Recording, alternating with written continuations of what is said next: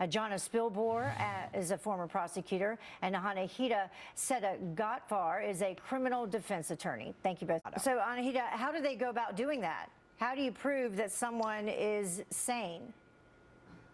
It's going to be expert-driven, Heather. Each side is going to present their expert to opine on the mental state of the defendant. And you're absolutely right. This case really turns on whether or not the jurors believe he was legally insane at the time of the killing. And Colorado is unique because the burden is on the prosecution. But I think even with that added burden, if you look at the fact that legal insanity usually is not a very successful defense, it's even less successful when you're talking about a murder case.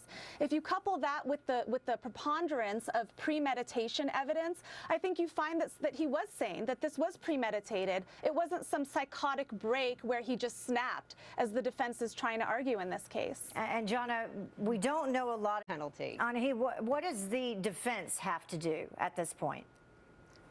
Right. Well, the defense is obviously going to try to argue that he did have a psychotic break, that he couldn't formulate the intent to commit a murder because he was crazy. But remember, Heather, there's a big difference between being mentally ill and legally insane. I don't think anyone's going to dispute he is mentally ill. I mean, he has a documented history of mental illness. He was treating with psychiatrists. If you even look at him during those first few court appearances, his eyes were kind of bugging out of his head. His eyes were glazed over. He was looking out into space. So it can be that the jurors do find that he's mentally ill, but yet still do not believe he was legally insane if they believe he knew the difference between right from wrong at the time of the killing. So, Jonna, you said that you think he deserved. My opinion either. Anahita, say he is given the death penalty. Can the defense appeal?